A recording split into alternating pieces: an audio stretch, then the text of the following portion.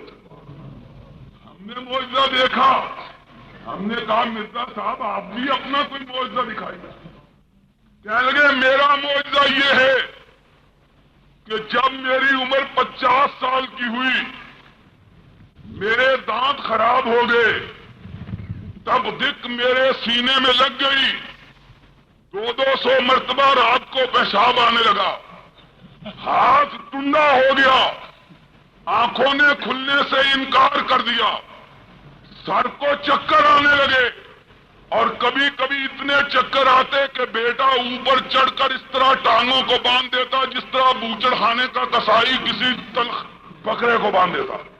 سیرت المہدی میں لکھا، الفاظ میرے ہیں مطالب ان کے، بات ان کی ہے۔ وہ کہتا ہے کبھی کبھی میرا بھائی میرے باپ کے چھاتی پہ چڑھ کے اس کی ٹانگوں کو اس طرح باندھ دیا کرتا تھا جس طرح بکرے کی ٹانگوں کو باندھ دیا تھا، یہ بھی تو وہ بکرے ہی تھا، باندھ دیا۔ کہتا ہے کہ میں نے پھر شادی کا ایک نئی نویلی لڑکی سے میں نے شادی کا بات کی، مولانا محمد حسین بٹالوی رحمت اللہ علیہ، انہوں نے خط لکھا بیزا تیرا بیڑا غرق ہو جائے، بڑھاپے میں شادی کرنا چاہتا ہے، بوڑھا ہو گیا ہے، اب مولانا لدھیانوی کہے کہ اب میں شادی کروں، حافظ عبداللہ صاحب ان کو روکیں گے، خدا کا خوف کرو، مولانا کیا کرتے؟ اور پھر مولانا تو ماشاءاللہ صحت مند ہیں، اور یہاں ہجوم امراض، ساری مرضیں دنیا کی جمع، اور خود فرماتے ہیں، کہتے ہیں سب سے بڑی مرض یہ تھی کہ مجھ میں قوت مردمی موجود ہی نہیں۔ مولانا نے لکھا شادی نہ کرو، فتنے کا ڈر ہے، کہنے لگا لیکن معجزہ دیکھو کہ باوجود اس بات کے مجھ میں قوت مردمی نہیں تھی۔ چشمہ معرفت کتاب کا نام ہے، نوٹ کر لو، چشمہ معرفت۔ کہتے ہیں باوجود اس کے کہ مجھ میں قوت مردمی نہیں تھی، شادی کے بعد ابھی 9 مہینے بھی نہیں گزرے تھے کہ بچہ پیدا ہو گیا۔ میں نے اپنی کتاب میں، عربی کی کتاب میں لکھا ہے، میں نے کہا اللہ نے مجھے یہ شرف عطا کیا کہ میں نے مرزائیت کے خلاف 3 مستند کتابیں لکھی ہیں، ایک انگریزی میں، ایک عربی میں اور ایک اردو میں۔ میں نے اس عربی کتاب میں لکھا، حضور آپ کا معجزہ بہت بڑا، لیکن معاف کیجیے یہ آپ کی بجائے آپ کی بیوی صاحبہ کا معجزہ ہے، جس نے بغیر خامند کے بچہ جنم دے دیا ہے، معجزہ تو اس کا ہے، تمہارا کیا معجزہ ہے؟ حلال زادی تو تمہاری اولاد جیسی ہے، اس کا ہمیں علم ہی ہے کہ جس کے گھر بغیر قوت مردمی کا بچہ پیدا ہو جائے اس کے بارے میں کیا کہنا، سارا خانوادہ ہی بڑا پاکیزہ ہے ماشاءاللہ۔ یہ لوگ اور دعویٰ ہے نبوت کا، اور میں حیران ہوں کہ بھائی مرزائیوں کی تو مت ماری گئی، ہماری حکومت کو کیا ہو گیا؟ وہ کن کی حمایت کر رہی؟ کوئی عقل مند ہو، کوئی خرد مند ہو، کوئی سمجھدار ہو، اس کی تو آدمی حمایت کرے۔ ہمسائے والے بھی کہیں یار اچھے لوگوں کی حمایت کرے۔ یہاں حمایت ان لوگوں کی جا رہی ہے جن کے ذہنوں کو اللہ نے شل کر کے رکھ دیا۔ اور نبوت میں عموماً کہا کرتا تھا کہ نبوت کا عالم یہ ہے، یہ محمدی بیگم کا واقعہ تم نے سنا، اور نبوت انہوں نے بادشاہ اطفال بنا رکھی۔ ان کو کیا معلوم ہے کہ نبی کون ہوتا ہے؟ اور نبی تو وہ ہے کہ ام المومنین عائشہ صدیقہ رضی اللہ تعالیٰ عنہ روایت کرتی ہے، ایک دفعہ ایک عورت سرور کائنات سے مسئلہ پوچھنے کے لیے آئی۔ اس نے مسئلہ پوچھا کہ اسلام کیا ہے، ایمان کیا ہے؟ آپ نے فرمایا ایمان یہ ہے، اسلام یہ ہے۔ اس نے کہا حضور مجھے مسلمان کر لیجیے۔ ام المومنین فرماتی ہیں کہ آقا کائنات کے پاس جو عورتیں آیا کرتی مسائل کے پوچھنے کے لیے، ان کے درمیان اور آقا کے درمیان پردہ پڑا ہوا ہوتا۔ حضور نے فرمایا کہ اگر تم مومن ہونا چاہتی ہو، یا ایھا النبی اذا جاءک المؤمنات یباینک علی الا یشرکن باللہ شیئا ولا یسرقن ولا یزنین ولا یقتلن اولادہن ولا یاتین ببہتان یفترینہ بین ایدیہن وارجلہن۔ ان کو کہو کہ اعلان کریں ہم چوری نہیں کریں گی، بدکاری کا ارتکاب نہیں کریں گی، اللہ کے ساتھ کسی کو شریک نہیں کریں گے، آپ کی وفاداری کریں، ان کو مومن کر دیں۔ بیعت کا لفظ آیا، اس عورت نے سمجھا شاید بیعت کے لیے ہاتھ پر ہاتھ رکھنا ضروری ہے۔ حدیث پاک میں آیا، ام المومنین فرماتی ہے اس نے پردے کو اٹھایا اور اپنے ہاتھ کو آگے بڑھایا کہ آقا مجھے مسلمان کر لیجئے۔ اور نبی یہ ہے جس کی پاکیزگی کا عالم یہ ہے کہ ام المومنین فرماتی ہیں جب میرے آقا نے اس عورت کے بڑے ہوئے ہاتھ کو دیکھا اپنی آنکھوں کو بند فرما دیا اور ارشاد کیا بی بی اپنے ہاتھ کو پیچھے۔ السلام علیکم ورحمۃ اللہ وبرکاتہ۔ یہ تقریر آپ دعوت قرآن و حدیث چینل سے سماعت فرما رہے ہیں۔ تمام جید اکابر علماء الحدیث کی تقریروں کا واحد چینل دعوت قرآن و حدیث، دعوت قرآن و حدیث۔ السلام علیکم ورحمۃ اللہ وبرکاتہ۔